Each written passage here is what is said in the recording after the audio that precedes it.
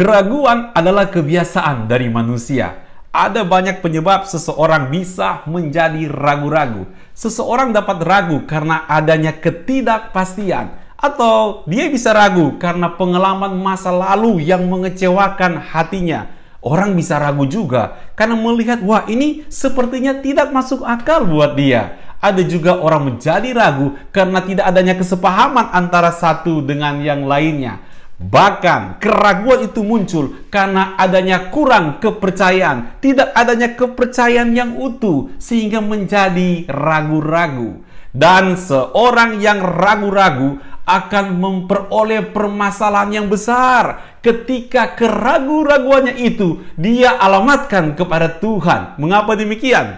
Apakah seseorang bisa menjadi ragu-ragu kepada Tuhan? Ya, itu dapat terjadi. Orang bisa ragu kepada Tuhan. Seorang anak Tuhan bisa menjadi ragu kepada Tuhan karena mungkin dia berdoa dan kecewa karena doanya belum dijawab oleh Tuhan, atau karena kurangnya memahami akan kebenaran firman Tuhan terhadap janji-janji Tuhan, sehingga di hatinya muncul ketidakpercayaan lagi. Ada rasa pesimis dan menjadi ragu tentang kebaikan Tuhan, tentang Tuhan yang baik dalam kehidupannya. Nah, Alkitab mengajarkan kepada kita bahwa kita perlu membuka diri agar kita dikoreksi kerohanian kita, supaya kita dari hari lepas hari selalu bertumbuh dalam Tuhan, tidak mudah ragu tetapi makin teguh dalam Tuhan. Di Alkitab dicatat bagaimana Tuhan mengoreksi murid-muridnya. Kenapa? Karena mereka ragu-ragu kepada Tuhan. Firman Allah berkata dalam Lukas 24 ayat 38, akan tetapi ia berkata kepada mereka, mengapa kamu terkejut? Dan apa sebabnya timbul keraguan-raguan di hatimu? Tuhan mengoreksi kerohanian mereka karena mereka ragu-ragu, supaya mereka memiliki iman yang kuat dan teguh di hadapan Tuhan. Nah, kita akan belajar juga pada saat ini apa yang harus kita lakukan supaya kita belajar untuk tidak ragu kepada Tuhan. Sebaliknya, kita memiliki iman yang makin teguh di hadapan Tuhan di tengah-tengah pergumulan dunia yang kita hadapi pada saat ini. Saya mencatat di sini yang pertama adalah terbuka melepaskan kebiasaan lama. Lukas 24 ayat 36 sampai 37.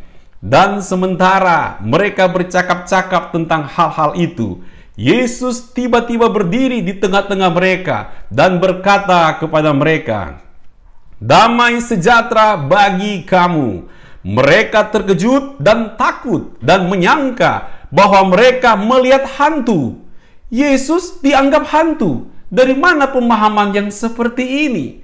Kata hantu di sini dari bahasa Yunani yaitu pneuma, yang artinya roh. Ini berbeda dengan Matius 14 ayat yang ke-26. Saat murid-murid berteriak di tengah-tengah danau, mereka berteriak pada waktu mereka sedang mengayuh perahu mereka, dan mereka berteriak, itu hantu. Nah, ayat firman Tuhan di sini kata bahasa aslinya dari kata fantasma, penampakan bayangan hitam yang dianggap sebagai makhluk halus atau gentayangan, suatu tahayul. Di sini mereka anggap Yesus itu sebagai roh. Artinya memang secara fisik nggak kelihatan, tidak nyata bentuknya, cuma seperti penampakan roh saja. Padahal tidak seperti itu.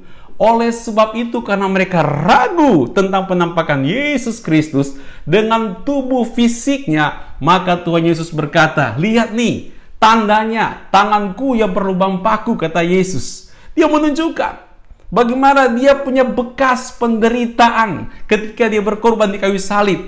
Dia berkata, hantu tidak punya daging dan tulang, tapi aku punya, silakan rabah, kata Yesus seperti itu.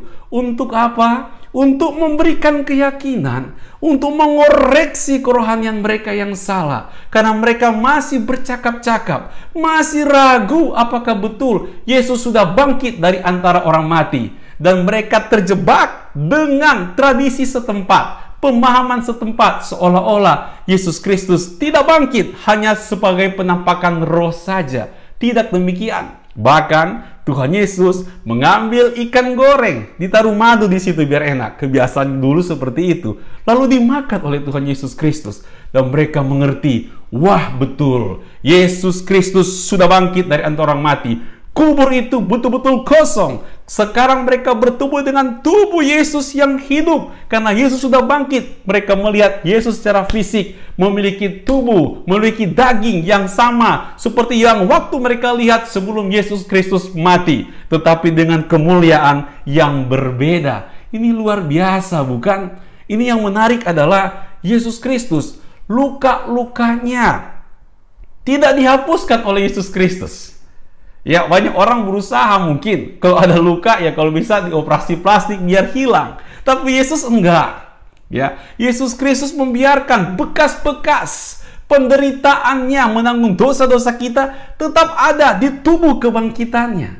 Jadi penderitaan ini yang dianggap memalukan bagi banyak orang di dunia ini, tapi justru merupakan sesuatu hal yang mulia yang telah dilakukan Yesus Kristus sebagai anak domba Allah yang telah tersembelih berkorban menebus dosa-dosa kita. Dan tanda-tanda ini tetap Tuhan Yesus pelihara dalam tubuhnya untuk mengingat bagaimana Dia sudah berkorban untuk hidup kita, sehingga kita pun hidup harus hanya untuk Tuhan saja.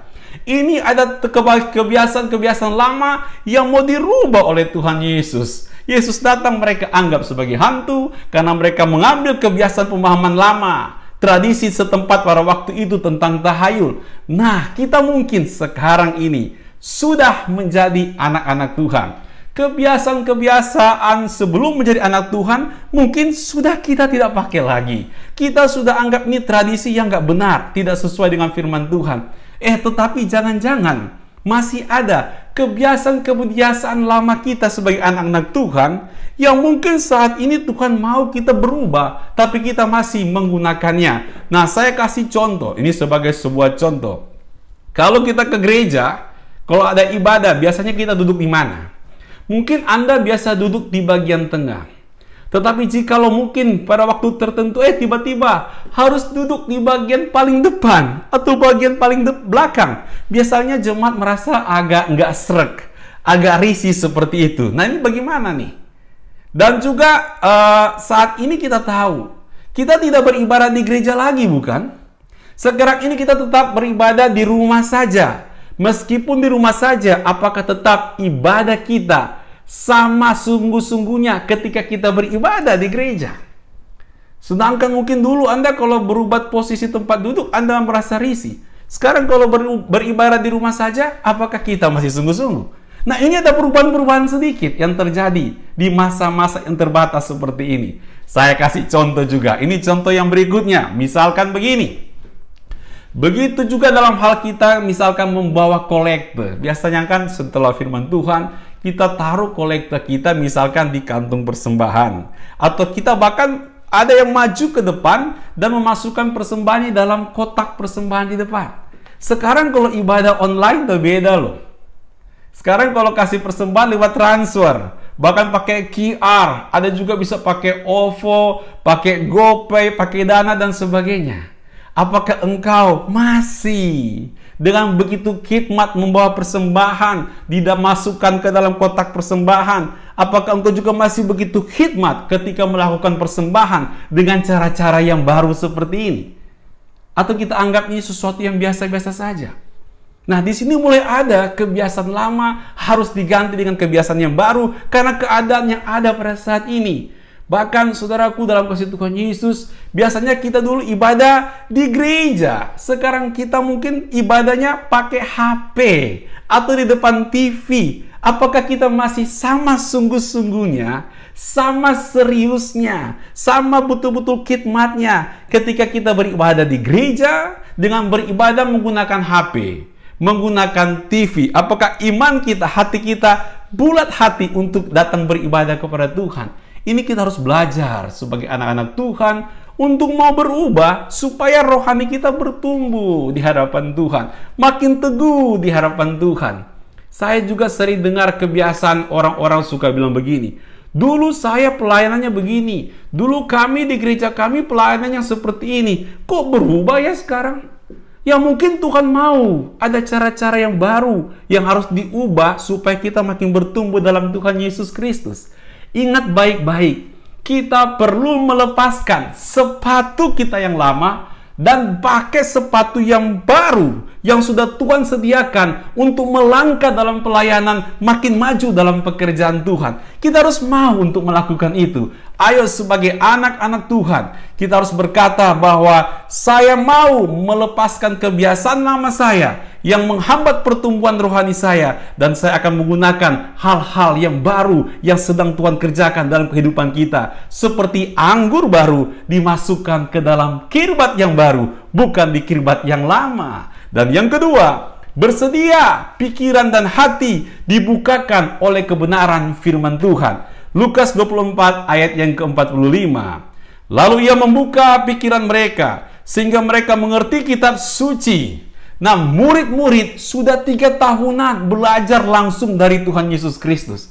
Tetapi sekarang ini Tuhan Yesus Kristus mengajarkan kembali apa yang pernah diajarkan oleh Tuhan Yesus Kristus waktu itu.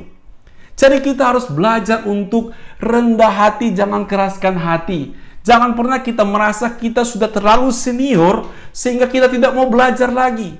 Kita harus terus belajar kembali, bahkan hal-hal yang pernah kita belajar dahulu. Namun ketika Tuhan mau kita belajar kembali, ayo belajar kebenaran firman Tuhan agar kita mengalami apa yang dikatakan firman Tuhan ini, di mana pikiran dan hati kita dibukakan tentang kebenaran firman Tuhan. Jangan pernah merasa cukup, jangan pernah merasa bosan untuk merenungkan dan melakukan kebenaran firman Tuhan, menggali kebenaran firman Tuhan.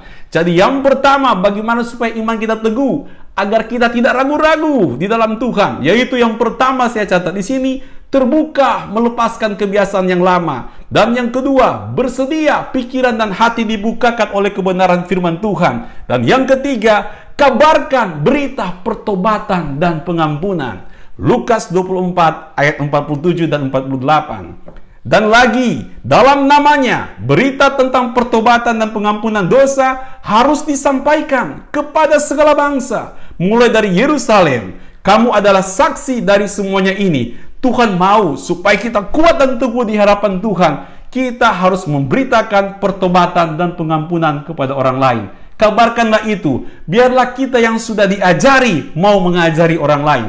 Dimuridkan untuk memberikan, diberkati untuk memberkati, didewasakan untuk mendewasakan orang lain, dicelikan hati kita untuk jadi alat mencelikan hati orang lain, biar mereka juga turut serta diteguhkan iman mereka di hadapan Tuhan.